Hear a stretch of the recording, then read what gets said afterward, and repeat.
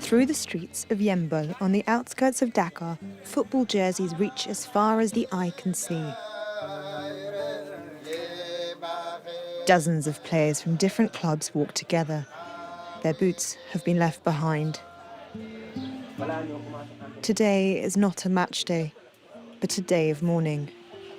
We are all here today to tell his mother that what happened to her son has affected us all. When we started training, our coach told us Cheikh has passed away. His mother only has you now. That's what he told us. If one day you become a professional, please don't forget Cheikh's mother. Cheikh Touré, a name that no one here will forget. Just weeks earlier, the 20-year-old was training and playing in his neighbourhood academy, one of the many football schools that have sprung up across Dakar's suburbs. Cheikh's dream was to become a professional player, to be among the greats, to support me, his father, the family, and everyone close to him. A dream that lured Cheikh 3,000 kilometres away to Ghana, pulled by the promise of trials with major foreign clubs. But he never came home. He was killed under unclear circumstances after being scammed by fake agents and losing several €100. His close friend Babacar was one of the last people to hear Cheikh's voice. When I sent him money, he told me there were delays and that he had to pay for a hotel. That's what the men with him were telling him, that there were delays with the trip, and he had to pay for the hotel and medical checks. The tragedy has shaken this working-class neighbourhood and many across Senegal.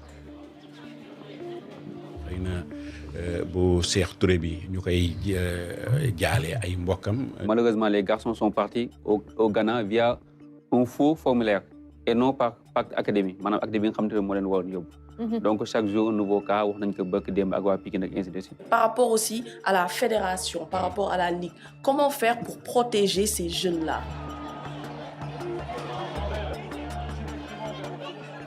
Cheikh's death has exposed a growing dark side to Senegalese football. While deaths remain rare, hundreds of young players every year are tricked, lured abroad and apprehended by individuals posing as football agents. Organised networks, now widespread across West Africa, are turning football dreams into dangerous traps.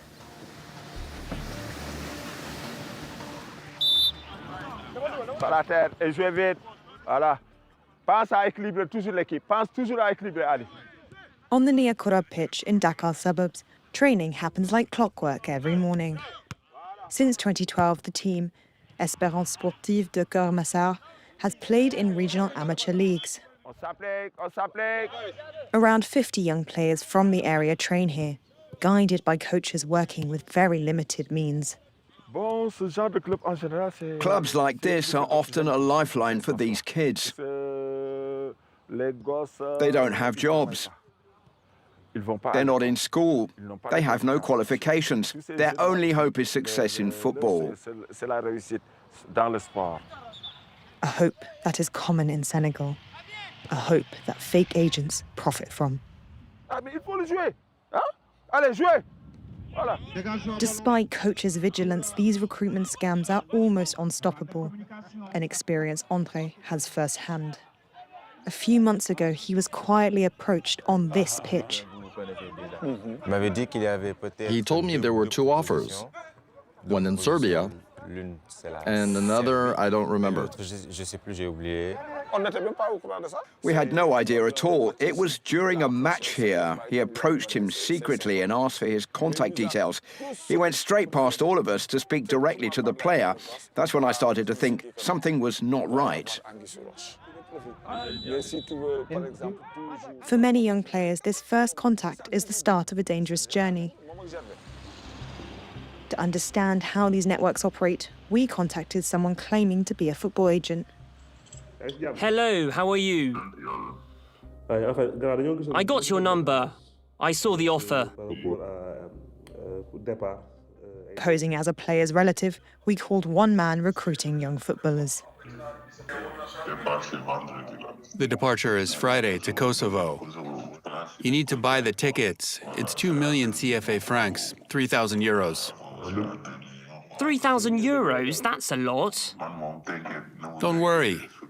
The money will be guaranteed through a friend of mine. We'll meet in his office and put everything in writing.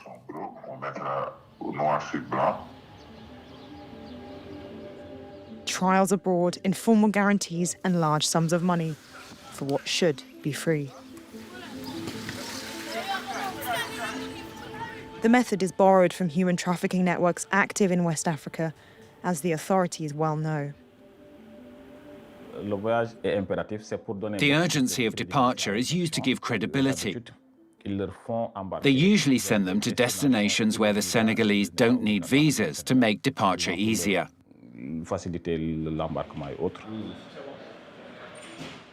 Fake visas are sometimes produced for the scam, with destinations varying from Serbia to the Middle East and even Turkey. The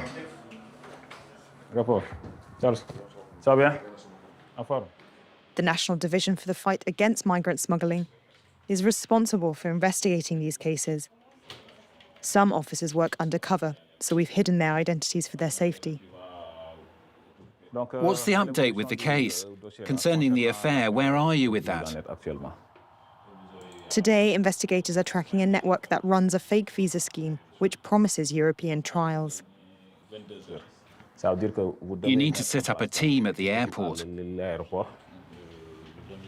The brother of one victim has filed a complaint, a step that many families don't take, or some realize the danger too late.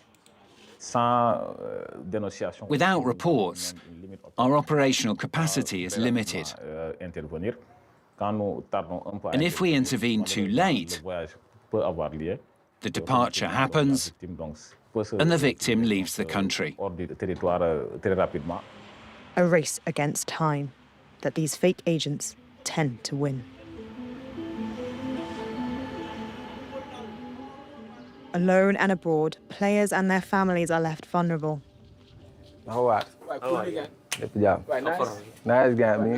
Months ago, Ousenou's brother followed an offer from a so-called coach.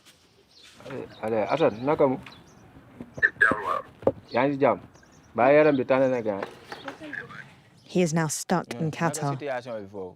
7,000 kilometers away from his two brothers, these video calls are a lifeline. For 2 or 3 weeks, I barely ate anything before a friend helped me. When I'm hungry, I drink tea to cope and lie down. Sometimes I don't even have access to medicine.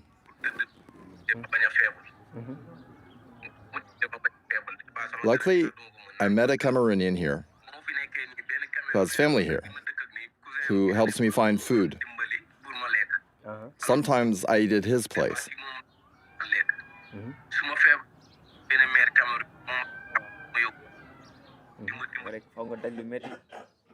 Hassan's family have already handed over almost 1,000 euros to a so-called agent.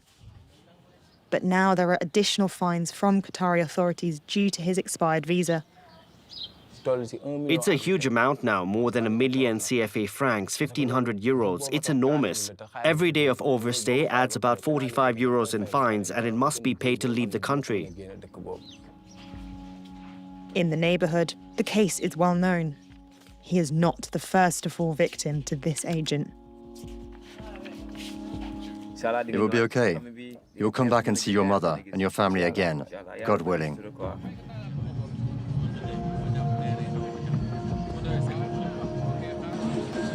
The beloved sport has become a channel for traffickers, destroying careers and lives for a nation boasting success on the football field. Young players believe in these small opportunities because the country has become a prime destination for more legitimate European scouts. Scouts now regularly attend tournaments in academies across the country. Today, it's difficult to send young players abroad due to visa restrictions. So instead, we created this tournament, bringing scouts here, which helps many players secure contracts. For 7 years, the Africa Challenge Cup has been a success. Hosted by Diamba's Academy, 10 West African clubs, half of which are Senegalese, compete before international scouts. This year, more than 200 were in attendance.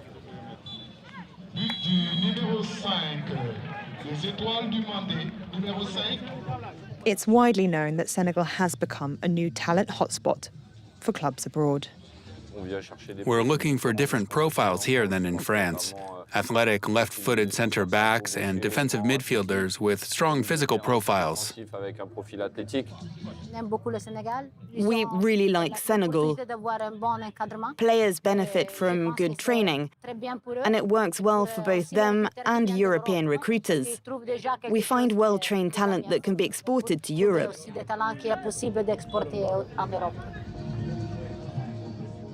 Structured scouting and strong training systems have become Senegal's selling point. Although second in Africa's FIFA rankings, its domestic league doesn't make it into the continent's top 10. A painful paradox for local clubs that struggle with lack of sponsorship. Meaning, on average, a first league player earns just 200 to 500 euros per month. I would prefer to go abroad and play at a higher level. If I can, I would like to go to Monaco or Tottenham to continue my career. A dream that fuels both foreign leagues and trafficking networks. Every year, an estimated 6,000 young people leave West Africa via fake agents, sold on a dream, but lured into a nightmare.